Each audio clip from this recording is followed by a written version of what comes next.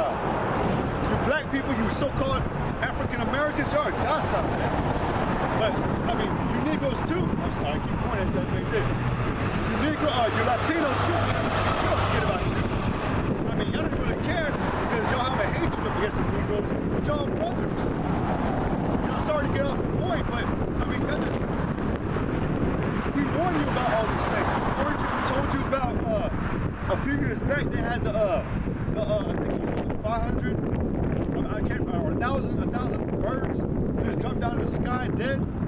All right, you had the 100,000 drumfish, which just rolled up onto the seacoast of the Gulf, I think, if I'm not mistaken, the Gulf, where 100,000 fish just came up dead. And they wanted to say, oh, it's the oil spill, which wasn't the case.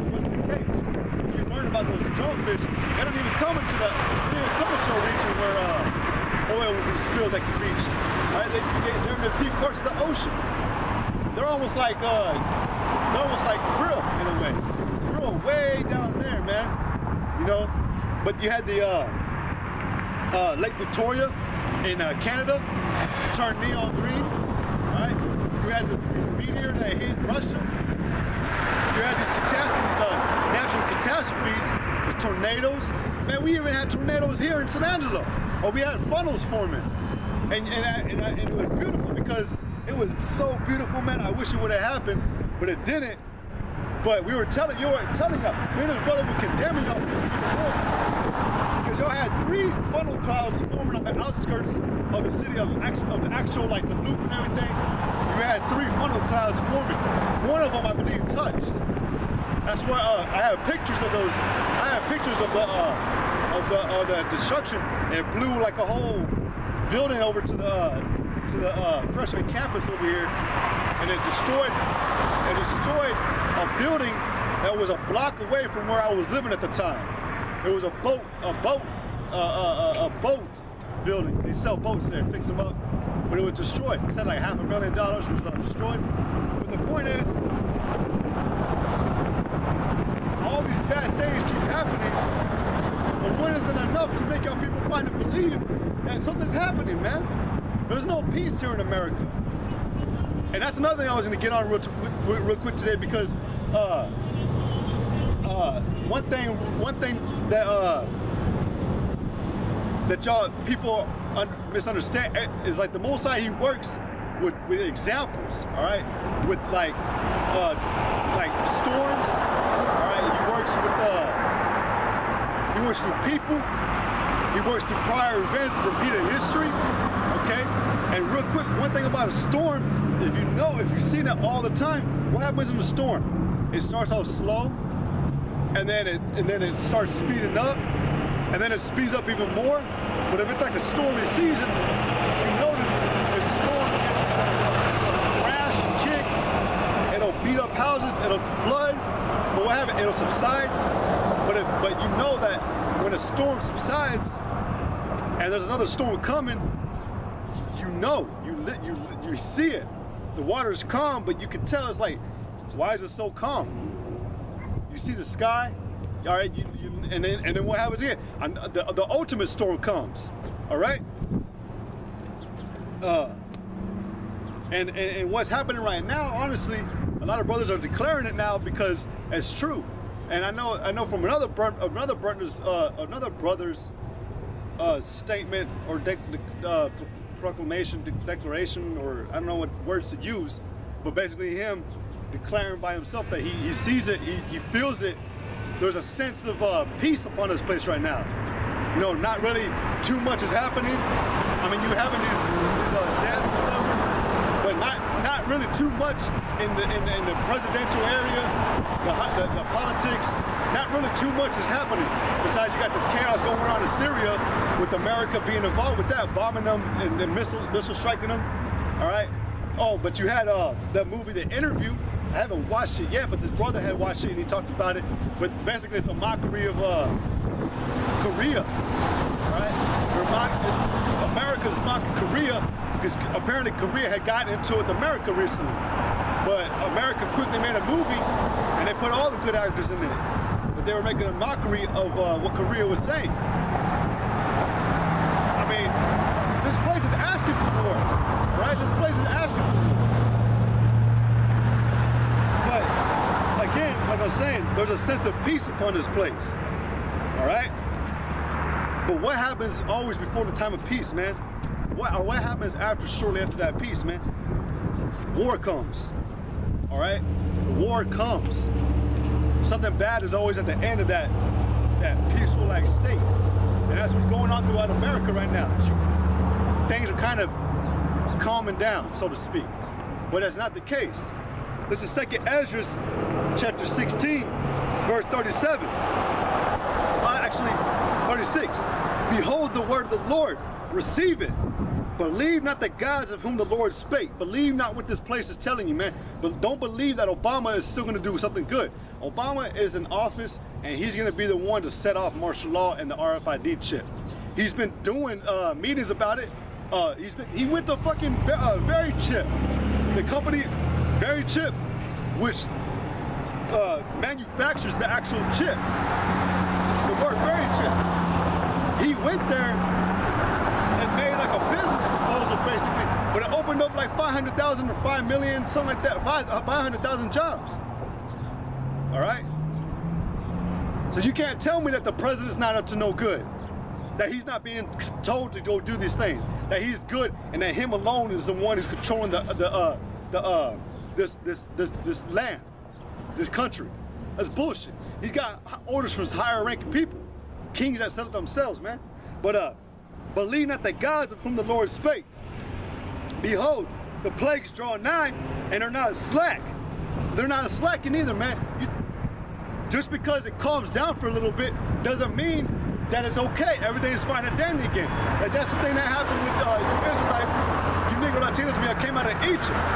Y'all came out of Egypt, and as soon as that water subsided upon the Egyptians, what y'all do? Y'all sat down, y'all rested your feet, y'all kicked your shoes off, y'all fat, but y'all being a bunch of bitches too, y'all complaining. Y'all complaining. When the Most High delivered you out of the face of your enemy, there was no more Egyptians to be seen, and y'all turned around and y'all were like, man, we came here to die. Y'all are weak-minded, man. Y'all are weak, y'all are feeble, y'all are brittle, man. Y'all are incredibly stupid and soft-hearted. And when I say soft-hearted, I mean you have no rock, you have no foundation, you have no walls to block yourself to discern what's really wrong and what's really right. You just let anything just walk in. And it says in Ephesians, put on the armor of the Most High and His Son Yahushua, that you may be able to withstand those darts. A dart's sharp, isn't it? And if something's soft, it easily goes in. And that's what y'all are like. But it says, behold, the plagues draw nigh and are not slack, as when a woman with child in the 9th month bringing forth her son, within 2 or 3 hours of her birth, great pains compass her womb. Which pains, when the child cometh forth, they slack not a moment. Even so shall not the plagues be slack to come upon the earth, and the world shall mourn, and sorrows shall come upon it on every side.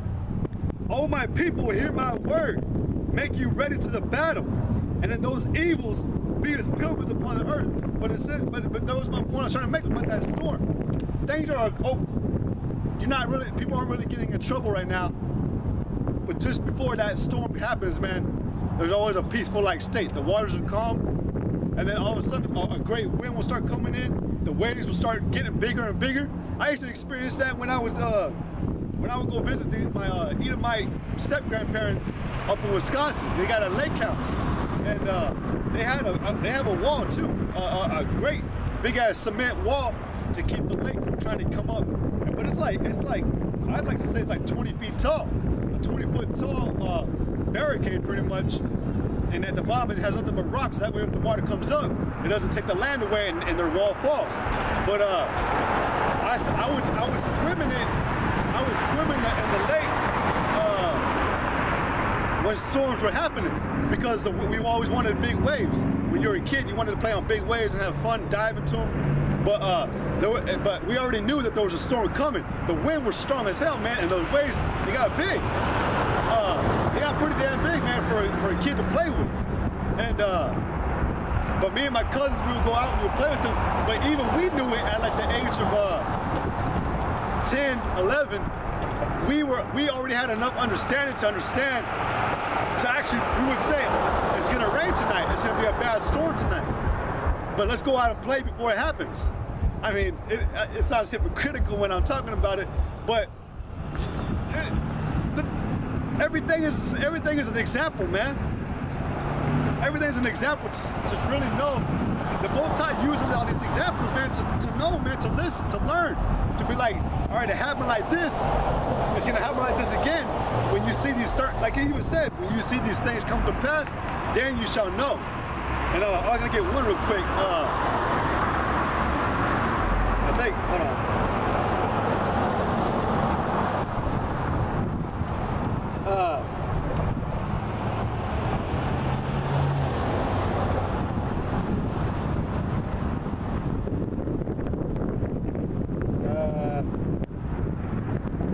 I'll just get the one in Corinthians. Oh, Romans, my bad. Romans chapter 15, verse 4. For whatsoever things were written aforetime were written for our learning, that we through patience and comfort of the scriptures might have hope. But it was written for our learning, man. So when you come into that exact same state again, you don't go off like you did before. They stayed mistakes. Learn from your mistakes. Learn from your mistakes. So when you make that same exact mistake again, you don't put yourself back in that same state. But y'all repeat, that's what y'all do today, man. The Most High has said that whenever you go into the land wherever you possess, or if you come into a land in your captivity, don't learn the ways of the heathen. All right? You don't go after their customs and traditions. And you learn. And that way you can get out. Maybe the Most High will deliver you. But in this time, the Most High has to deliver you by himself. You people are in captivity for that certain reason. All right? But it says, for whatsoever things were written aforetime were written for our learning, that we through patience and comfort of the scriptures might have hope. And that's the only hope that we have, is through the Bible, man, through the knowledge of Yahweh Shemel Shai, all right? And you learn off it, all right? Let me get one more real quick. Romans chapter 1 and 20. For the invisible things of him from the creation of the world are clearly seen, being understood by the things that are made, even his external power and Godhead, so that they are without excuse. So there, it's evident, it's clear to see that when we tell you about these things, we prophesy about these events that are going to happen, you should listen, you know? It's plain. Be quiet. Nobody wants to talk. I don't hear what you want to say. Paul said. But it said, for the invisible things of him, for the creation of the world are clearly seen, being understood by the things that are made. It's not hard to get, all right? It's simple. Now, what Paul said was, we do not worship the things that are seen, but yet we worship the things that are unseen. Now, do you know what verse that is? 2 Corinthians chapter 4, verse all right, you good. Let's see. I like this. All right, now you're getting better. I like this. Shut up, man. Nobody, I don't care. And that, what was that scripture you said? What? We do not worship the things that are not seen. We worship the things that are. I don't care. Okay. You don't care. God bless you then. May you care someday. Go away. You're a bum. I hope so. 2 Corinthians chapter 3, verse 13. That was a Jesus. And Anonymous Moses was put a veil over his face, that the children of Israel could not steadfastly look to the end of that which is abolished. But their minds were blinded, for until this day remaineth the same veil taken away in the reading of the Old Testament, which veil is done away at Christ. The veil is upon their heart. You still act like a dumbass, dude. 2 by 2. Jesus never sent one alone. Okay. All right, great. That's all right. My brother's here, but he has something he has to take care of. All right. 2 Corinthians chapter 3, verse 12. Seeing then that we have such hope, we use great plainness of speech. All right, a proud ass dude's not gonna get the truth. That's that. You know who that was? That same ugly ass, stupid ass bum, man. All right, the same bum that always wants to come up. And I knew, and what's funny is, a lot of y'all people like to come up whenever it's just me, man. A lot of y'all fucking assholes want to come up and y'all want to disturb the gospel whenever it's just me. When this brother is out, nobody comes around. And that's beautiful because, you know, this brother's a beautiful spirit, all right? I'm not bigging him up or nothing, I'm not giving him glory. I'm just saying, you demon-like spirits, y'all know not to fuck whenever this brother's out here, man. Y'all know. Y'all see it. This brother's countenance, I see it all the time when we're out here. It's fierce. I'm not saying I'm not fierce, but this is my elder, my teacher. All right? He has that spirit and he knows how to discern with those things. And these other spirits, they know they can't come and fuck around with us because with the way that they want to. But y'all like to do it whenever I'm out here. I mean, which that guy, he's a joker. All right? I don't want to hear this shit, man. When it's me by myself, it's my ministry, so I gotta exercise things the right way. But he's just a fucking a gnat, man. And he always pisses me off, man. He's a fruit fly, like the brothers from Dallas that said he comes. He really wants that true fruit, all right. But I was getting on the point that these signs that are put out here today. All right, they're plain and they're evident signs, all right? They're not hard to understand. It's not hard to understand that when you see a military coup coming in the city, it's not hard to understand that something's about to happen, all right? When you see a meteor coming from the sky, or when you see things you've never seen before coming down from the heavens, it's not that hard to understand that something's gonna happen, all right? When you see a laser beam or a lightning strike or a missile being shot onto the land, it's not that hard to understand that something bad is happening, all right? You people are just so stupid and brainwashed and y'all can't understand anything right. Let me get this real quick, man.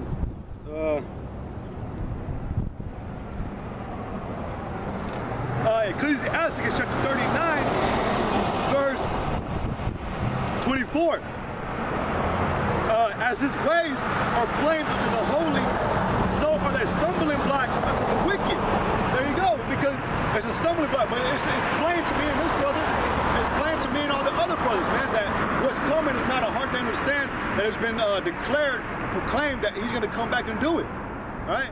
You wanna know why he comes to do it? Because you got people like that wanna act so damn proud and wanna disturb. I don't give a shit what you gotta say, man, because first of all, I'm speaking about my own, I'm ministering, I didn't come to be ministered to. What does that question have to do with anything? I'm talking about that it's not hard to understand the truth when it's put to your face. And that whenever truth sayings are said, and they're said that they're gonna happen, they're gonna happen. And then when you have signs that are clues that are indicating and pointing to that certain outcome, it's not that hard, you should believe it, all right? War's been popping off in the Middle East for the last 5-6 years already, man. All these other countries are in a famine-like state, chaos, disorder. People are going crazy, all right? They're having military breakdowns over there, all right? But for some reason, America is still coexisting the way that it has been, all right? People are still thinking that you can wake up in the morning, shut your alarm clock off, and you go about your day like it's a normal day, like nothing's gonna happen. And that's not the case. This place is reserved to have a double judgment, all right? Because it holds let me just read it, man. Let the scriptures speak.